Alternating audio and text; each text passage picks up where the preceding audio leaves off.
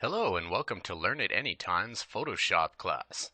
My name's David Lieberman and I'm here to show you how Photoshop works and also how incredibly awesome it is, because it is.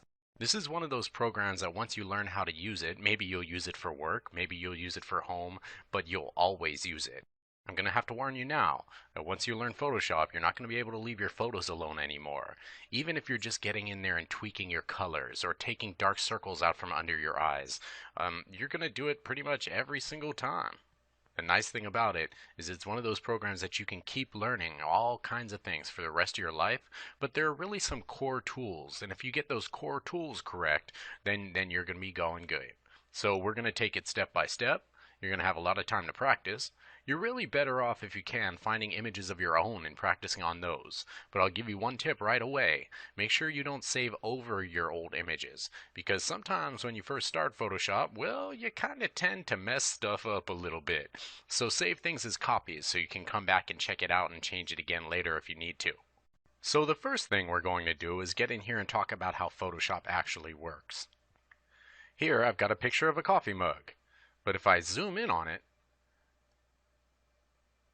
I go further and further.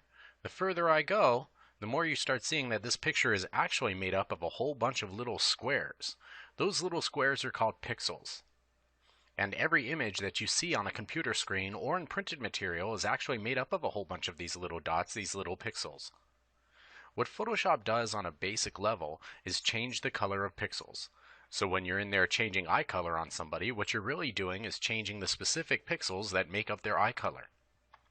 An image that's made with pixels like this is called a bitmap image. A Jpeg is the most popular type of bitmap image that you've probably heard of. If you're one of those people that loves to know what everything stands for, a bit is actually a 0 or a 1.